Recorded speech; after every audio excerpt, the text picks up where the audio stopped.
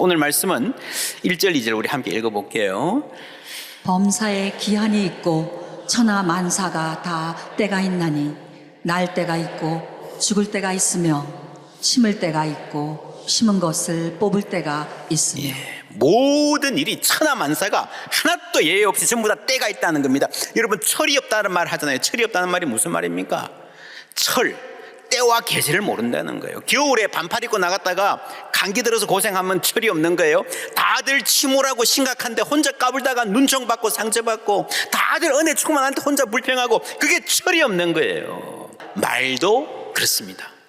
말해야 할 때가 있지만 아껴야 될 때가 있습니다. 여러분, 집안의 싸움의 대부분은요, 내용이 아니고 타이밍이에요. 다 좋은 말이에요. 필요한 말이에요. 그런데 한쪽이 너무 지쳐있고 예민한 시간에 굳이 그때 그 이야기를 꺼내면요, 싸울 수밖에 없습니다. 그래서 우리가 말이라고 하는 것은 이 말이 옳은가, 이 말이 좋은 말인가도 필요하지만 지금이 이 말을 할 때인가를 알아야 되는 거예요. 그거 모르면 철이 없는 거예요. 아무리 나이 들어도.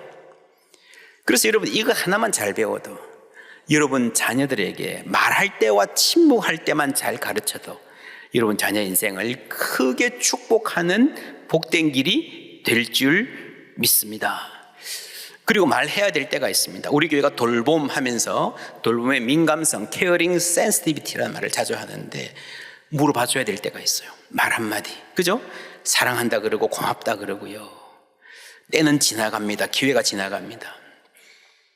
한 사람을 정말 도와주고 살릴 기회가 놓칠 수도 있습니다.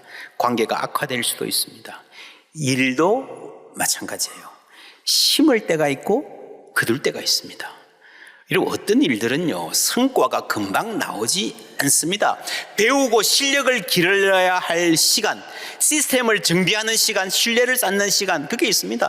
여러분, 이 일 하고 싶어도요, 신뢰가 쌓여 있지 않으면 앞으로 못 나갑니다. 그런데 우리는 심어야 할 계절에 왜 내 인생은 열매가 없느냐 한탄하고 스스로 몰아붙입니다. 그러다가 금방 뭐 될 줄 알고 그거 까불다가 그냥 의욕만 앞서다가 지쳐서 포기하잖아요. 또한 평소에 잘 준비된 사람은 거두를 때가 올 때 용기 있게 나설 수 있습니다. 울 때가 있고 웃을 때가 있습니다. 우는 게 안 좋은 거야, 그렇지 않습니다. 그리고 우리가 살다 보면 오해받고 비난받을 때가 있습니다. 길을 가는데 소나기가 옵니다. 어떻게 합니까? 피해야죠. 옆에 누가 우산 받쳐주면 감사하죠. 남의 처마 밑에도 들어갈 수 있습니다. 근데 인생 살다 보면요, 소나기는 막 내리는데 아무것도 없을 때가 있습니다. 들판에서. 그런 경험 있으시죠? 어떻게 해야 됩니까? 맞는 수밖에 없어요. 오해와 비난의 소나기. 억울해도요, 할 수 없는 때가 있습니다. 기억할 것은, 지금은 내가 소나기 맞지만, 지금은 오해받지만 이 또한 지나가리라. 하나님이 풀어주실 때가 있을 줄 믿습니다. 3달 전에 워싱턴 포스트에 이런 기사가 나왔어요. 미국의 보수적인 여성들이 flip the script, 이 세상의 이 스크립트라 그러죠. 이렇게 행동해야 된다라고 하는 이 상식을 뒤엎고 있다. Kids first, then career. 아이들 먼저 돌보고 그 다음에 내 경력을 찾아가겠다라고 하는 아주 유의미한 변화가 있다라는 기사가 났습니다. 이 기사를 쭉 읽어보면요, 가장 중요한 단어가 seasons예요. seasons. 시기가 있고 때가 있다는 말이에요. 이 기사에 놀랍게도 전도서 3장의 말씀이 나옵니다. 만사의 때가 있다는 거죠. 여러분, 물론 이게 쉬운 문제는 아니에요. 우리나라에도 경단녀 문제 심각하죠. 정말 능력 있는 여성들이 이 가정의 얽매이다 보니까 제대로 못하고 해결돼야 될 문제입니다. 그런데 여러분, 이 말씀도 우리가 심각하게 받아들여야 됩니다. 때가 중요하죠. 내가 지금 조금만 더 하면 과장되고 조금만 더 하면 이사될 것 같은데 그때도 중요하지만, 그거 하다 보면요, 아이들은 다 지금 정말 인생의 소중한 시간 다 지나가잖아요. 어떻게 할 겁니까? 뭐가 더 중요합니까? 판단을 해야 된다는 거죠. 11절 말씀 함께 읽습니다. 하나님이 모든 것을 지으시되 때를 따라 아름답게 하셨고 또 사람들에게는 영원을 사모하는 마음을 주셨느니라. 그러나 하나님이 하시는 일의 시종을 사람으로 측량할 수 없게 하셨도다. 하나님이 모든 것을 지으신 줄 믿습니다. 우리 인생의 주인도 하나님이신 줄 믿습니다. 그 하나님이, 저자가, 감독이, 여러분 창작자가 어떻게 지으셨는가 하면요, 때를 따라 아름답게, 모든 때를 나름대로 아름답게 지으신 줄 믿습니다. 젊은 날만 아름답고 신나고 노년은 불행하게 아니고요, 젊음은 젊음대로, 노년은 노년대로 아름다운 거예요.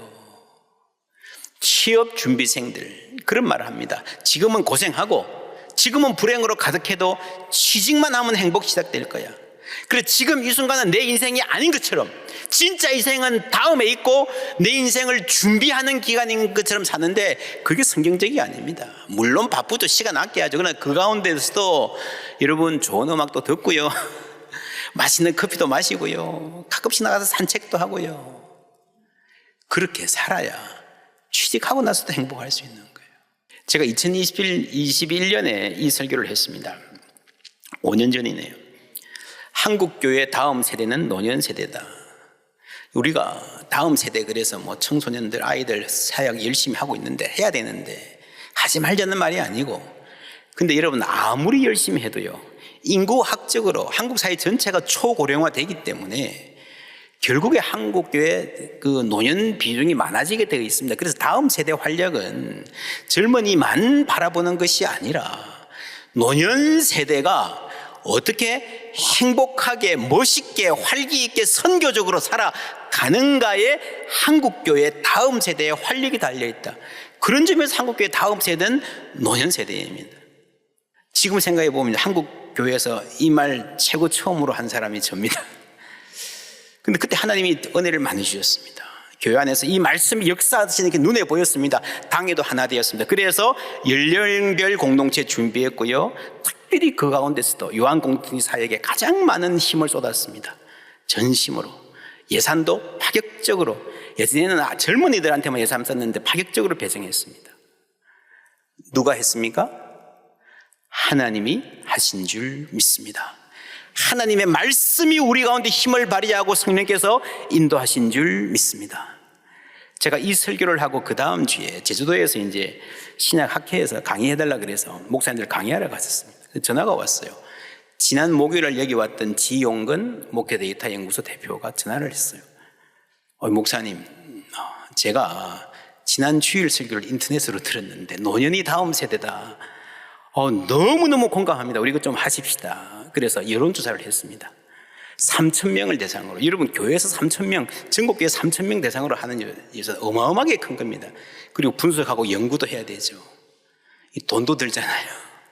그래서 제가 관계하고 있는 두 단체, 아드폰테스하고 미래목회와 말씀연구원 연합해서 재정을 대고, 다른 목사님들 다 이렇게 동의하셔서 그 연동교회에서 전체 발표를 했습니다. 아주 큰 한국교회 아주 획을 긋는 큰 연구였습니다. 그래서 했던 발표, 고령교회의 신앙생활 및 인식조사 결과 발표 세미나, 이 세미나가 이 한국교회 노년사역에 아주 획을 긋는 획기적인 세미나가 되었습니다. 이 연동교회도 사실은 1894년에 지은, 우리보다 11년이나 더 형님인 교회거든요. 그럼에도 불구하고 시대에 맞게 변화하려고 정말 노력 많이 하고 있습니다. 그러면서 우리 교회 연령별 공동체 사역이 이게 점점 소문이 나서 지금 다른 교회들이 많이 찾아오는 거 여러분 아실 겁니다. 그저 조금 미안하고 불안한 면이 있어요. 사실 우리도 이제 막 시작인데 막 해가야 되는데, 그러나 크게 염려하지는 않습니다. 하나님이 시작하시는 일이니까 하나님이 끌고 가시고 열매 맺게 하실 줄 믿습니다. 우리가 하나님의 말씀이 선포되고 아멘으로 받는 성도들 안에서 성령이 역사하시고 그 말씀이 힘을 얻고 열매가 되는 교회, 말씀이 육신이 되는 교회인 거예요. 우리가 그 이 역사의 현장을 살아가고 있습니다. 때를 따라 아름답게 이 한 말씀이 우리 옥토에 떨어져서 열매를 맺어가고 있는데, 여러분 우리 교회뿐 아니라 여러분의 가정에, 여러분 모든 성도님들의 삶에 때를 따라 아름답게 하신 은혜가 있기를 주님의 이름으로 축원합니다. 옛날에도 잘 살았지만, 옛날에도 감사했지만 나는 내 인생 지금이 최고 행복해. 이런 고백 이어지는 은혜 있기를 주님의 이름으로 축원합니다. 그리고 오늘 말씀에 영원을 사모하는 마음을 주셨다 그랬습니다. 영원을 사모하는 마음, 모든 인간에게. 여러분, 인간의 짐승과 다른 면이 뭐가 있습니까? 뭐가 인간이 잘났습니까? 18절 19절 함께 읽습니다. 내가 내 마음속으로 이르기를 인생들의 일에 대하여 하나님이 그들을 시험하시리니 그들이 자기가 짐승과 다름이 없는 줄을 깨닫게 하려 하심이라 하였노라. 인생이 당하는 일을 짐승도 당하나니 그들이 당하는 일이 일반이라.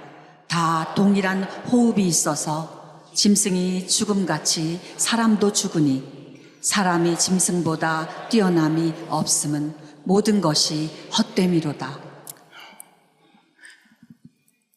그래도 아멘 하시네요. 이 참 아멘 하기 싫은 말씀도 있어요. 너무 신랄하고 소름 끼칠 정도로 솔직한 말씀입니다. 근데 이게 보편성이 있습니다. 인간의 불편한 진리. 우리가 지금 이렇게 살아도 얼마 안 있으면 다 무덤에 묻힐 것이다 라고 하는, 그래서 외면하고 싶은 이 진리에 아주 여러분 엄정한 보편성이 있습니다.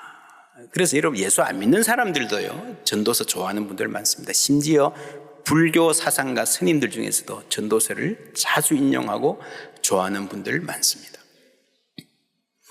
허무하다 그러는데 색적 시공이란 말 아십니까? 색, 모양과 형태와 내용과 색깔을 갖춘 모든 삼라만상의 색입니다. 그런데 그게 색적 시공이다. 이게 전도서에 헛되다는 말하고 굉장히 비슷하잖아요. 텅 비어 있다. 그런데 다릅니다. 정말 다른 부분이 있습니다. 여러분, 인간이 짐승과 똑같아 보이지만 또 다른 면에서는요 정말 중요한 다른 점이 있는데, 인간이 뭐가 다른가? 인간에게는 영원을 사모하는 마음을 하나님이 주셨습니다. 영원을 사모하는 마음. 그래서 여러분 허무라고 말하는 것 같지만 전도서는 허무주의는 아니에요. 이 영혼을 사모하는 마음이 있기 때문에 인간은 역설적으로 짐승보다 더 불행할 수 있습니다. 짐승은 배부르면 그죠? 먹고 그냥 개팔자 상팔자라 그러잖아요. 인간은 그렇지 않습니다. 배가 불러도 마음이 불편할 때가 많아요. 여러분, 잘 사는 것이 무엇인가? good life. 지난주에 그랬죠. 우리가 너무 쉽게 돈 많으면 잘 산다 그렇지만 여러분, 전도서의 질문입니다. 돈을 많이 가지면 잘 사는 것인가? 여러분, 많은 돈을 가지고 쌓아놓고 그것으로 만족한 사람은 보았습니까? 우리하고 다른 사람입니까? 아니에요. 우리가 아마도 안 가져보아서 그렇게 생각하는 것일 것 같아요. 돈이 만족을 못 줍니다. 여러분, 돈이 문제가 아니에요. 인간이 문제입니다. 만족할 줄 모르는 인간. 왜요? 인간에는 그 깊숙이에 누구나 다 영혼을 사모하는 마음이 있기 때문입니다. 지울 수 없는, 딜리트 할 수 없는 indelible desire가 있기 때문입니다. 그래서 여러분, 가족들 상황은 다 그래요. 가장 행복한 순간에 짙은 불안에 있습니다. 저희 아버님도 살아계실 때 그런 말씀 가끔씩 하셨습니다. 손자 손녀들 함께 있고 재롱 들고 가족이 예배드리고 밥 먹고 참 좋은 시간 보내면 늘 하시던 말씀이, 야, 내가 얘들 대학 가는 거 보겠나? 내가 얘들 시집장가 가는 거 보겠나? 무슨 말이에요? 지금 너무 좋은데 그렇게 행복이 느껴지면요 이게 영원하지 않다는 게 직감적으로 마음을 찌르는 거예요. 여러분, 그 안에는 영원을 사모하는 마음이 있는 겁니다. 그렇기 때문에 인간이 쉽게 만족 못하고 인간의 삶이 그만큼 힘든 거예요. 동시에 그것이 바로 인간이 짐승보다 위대해질 수 있는 이유인 줄 믿습니다.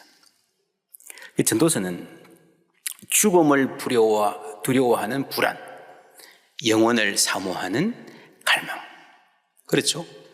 이 두 개를 함께 부정하지 않고 솔직하게 직면하기 때문에 진리입니다. 이 인간의 불안과 갈망을 이해 못하면, 갈망이 디자이어이기도 하거든요. 여러분, 인간을 이해할 수 없습니다. 인간의 어떤 불안이 있고 우리 자녀들이 얼마나 어떤 것을 갈망하는가. 그리고 불교는 이 디자이어, 인간의 갈망을 지나치게 두려워해서 본질적으로 금욕으로 나갈 수밖에 없는 사상이지만 비슷한 말을 하는 것 같은데, 여러분, 전도서는 너무너무 다릅니다. 뭐예요? 금욕이 아니고요, 즐겁게 살아라는 거죠. 그러니까 오늘을 즐겁게 살아라. 어떻게 가능한가 하면요, 우리가 영혼을 아는, 영혼 가운데 있는 사람이기 때문입니다. 오늘 하루를 보는데 이 오늘 하루가 그냥 하루가 아니라 영혼의 빛 하에서 오늘을 보는 거예요. 하늘 소망으로 이 땅의 삶을 보는 거예요. 그런 점에서 만사가 때가 있다, 모든 것이 지나갈 것이다, 아픔도 지나갈 것이다, 이 또한 지나가리라 하는 말은 맞는데 사실은 조금 약합니다. 지나가기는 지나가는데 그러고 나서 아무것도 없는, 전혀 의미 없는 과거의 일이 되고 마는가? 그렇지 않습니다. 오늘 말씀에 찢을 때가 있고 꿰맬 때가 있다 그랬어요. 이 찢는다는 말이 무슨 말일까요? 옛날 이스라엘 백성들은요, 죄를 짓고 회개할 때, 내가 죽어 마땅한 죄인입니다, 죽는 거나 마찬가지예요. 옷을 찢고, 죽을 건데 옷이 무슨 필요 있습니까? 죄를 뒤집어 쓰는 거예요. 죽어서 죄가 되고 먼지가 될 나 자신, 죄와 다를 바가 없습니다. 옷을 찢고 죄를 뒤집어 쓰고 회개하는 거예요. 근데 여러분, 그러고 나서 회개가 끝나면 또 살아야 되잖아요. 그 옷을 또 꿰맸을까요? 그 이야기 하는 거예요, 여러분. 호세아 6장 1절 말씀 함께 읽습니다. 오라, 우리가 여호와께로 돌아가자. 여호와께서 우리를 찢으셨으나 도로 낫게 하실 것이요, 우리를 치셨으나 싸매어 주실 것임이라. 여기 나오죠. 우리를 찢으셨으나, 우리를 치셨으나 하나님 치유해 주시고 다시 낫게 하시고 건강하게 해주시고 싸매어 주실 줄 믿습니다. 찢을 때가 있고 꿰맬 때가 있는 거는요, 우리가 때로는 내가 찢고 내가 꿰매는 게 아닐 수도 있어요. 찢을 수는 있는데 꿰맬 능력은 없는 경우가 많습니다. 깨트릴 수는 있는데 다시 만들 능력은 없는 경우가 많습니다. 이 모든 것이 하나님의 손 안에 있음을 믿습니다. 치셨으나, 찢으셨으나 하나님이 고쳐주시고 회복시켜주시고 싸매어 주실 겁니다. 그럴 때에 어떻게 되는가 하면요, 찢기 전에, 깨트리기 전에 상태로 돌아가는 것이 아니라 그 과정을 통해서 더욱더 좋아지는, 더욱더 예수 닮은 사람이 되는 거예요. 그거를 위해서 하나님이 찢기도 하시고 때리기도 하시는 겁니다. 하나님이 우리를 빚어가는 과정입니다. 이사야 61장 보면요, 무릇 시온에서 슬퍼하는 자에게 뭘 주신다고요? 화관을 주어 그 죄를 대신하고, 죄라는 말은요, 죽음을 말하는 거예요. 회개를 말하는 거예요. 그런데 화관을 주시고요, 찬송의 옷을 주시고 하나님의 영광을 나타낼 자로 세움받게 하겠다. 누구를요? 죄를 뒤집어 쓰고 회개한, 죽을 수밖에 없는 우리 죄인을 들으셔서 화관을 주시고 하나님의 영광을 나타낼 자로 삼아 주신다는 약속 믿으시기를 주님의 이름으로 축원합니다. 그래서 우리에게 기쁠 때가 있고 슬플 때가 있지만 시계추처럼 영원히 왔다 갔다 하는 거 아니에요. 그 과정을 거쳐서 예수께로 가는 거예요. 우리 인생에 오르막 내리막 있는 것 같지만, 물론 그렇지만 그냥 그 자리 맴도는 게 아니라 그러한 모든 과정을 거쳐서 하나님의 영광의 완성을 향해서 나아가게 되는 줄 믿습니다. 그래서 우리는 하늘 소망으로, 영원한 소망으로 오늘 하루를 온전히 살아갈 수 있는 거예요. 12절 13절 함께 읽습니다. 사람들이 사는 동안에 기뻐하며 선을 행하는 것보다 더 나은 것이 없는 줄을 내가 알았고, 사람마다 먹고 마시는 것과 수고함으로 낙을 누리는 그것이 하나님의 선물인 줄도 또한 알았도다.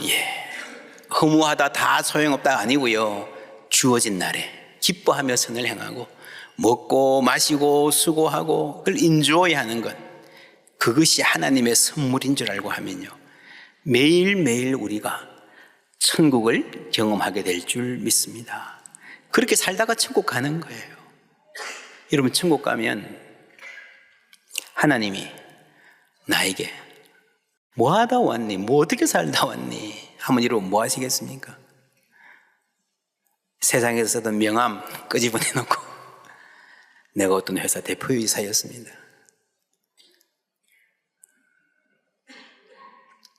브레넌 매닝이 이런 말을 했습니다. 친구야, 네가 천국에 가면 아바께서 너에게 기도를 몇 번이나 했고 영혼을 몇 명이나 구원했는가를 묻지 않으시고 이렇게 물으실 것이다. 퍼히타는 맛있게 먹었느냐? 이게 이제 멕시코, 스페인 이쪽에 아주 대중적인 음식이에요. 우리말로 하면 김치찌개, 돼지찌개. 맛있게 먹었냐? 여러분, 그거면 되는 거예요. 그분은 내가 열정을 품고 살기를 원하신다. 그분의 선물을 받아들이고 누리면서 뭐라고요? 순간의 아름다움 속에 살기를 원하신다. 영혼의 축복을 하나님은 우리의 순간에 담아 주시는 줄 믿습니다. 하나님 앞에 가서 하나님, 제가 이런 교회 목회했었고요, 어디 가서 설교했었고요, 무슨 책을 썼고요, 그게 아니라 하나님, 그때 커피 참 맛있었어요. 그때 가족들과 산책할 때 햇볕이 참 따사로웠어요. 교회 일을 하면서 뭐 대단한 업적을, 성과를 누리는 게 아니라 지난주에도 교육부 성경학교 수련하느라 스님들 수고 많으셨는데 함께 땀 흘리고 수고하면서 서로 바라보면서 씩 웃는 그 순간, 거기에 천국의 한 자락이 깃들어 있음을 믿습니다.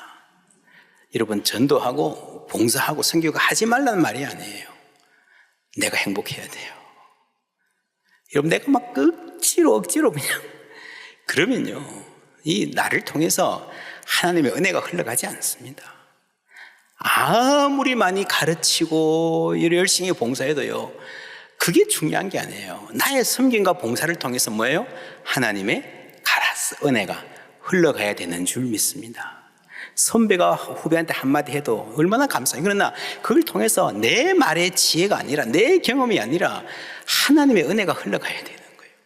이웃들을 섬기고 밥 한 끼 대접할 때도, 엄마가 자녀들에게 밥 한 끼 해줄 때도 엄마의 사랑을 통해서 하나님의 사랑이 흘러가게 되기를 주님의 이름으로 축원합니다. 여러분, 우리 삶에 누구나 다 그렇습니다. 불만족하는 대본이 있습니다. 그렇죠? 괜찮습니다. 아니요, 당연합니다. 나는 모든 게 만족하고 더 이상 바랄 게 없다 그러면요, 오늘 말씀에 의하면 짐승에 가까운 사람입니다. 생각이 없는 사람이에요. 생각이. 오히려 우리에게 불만이 있기 때문에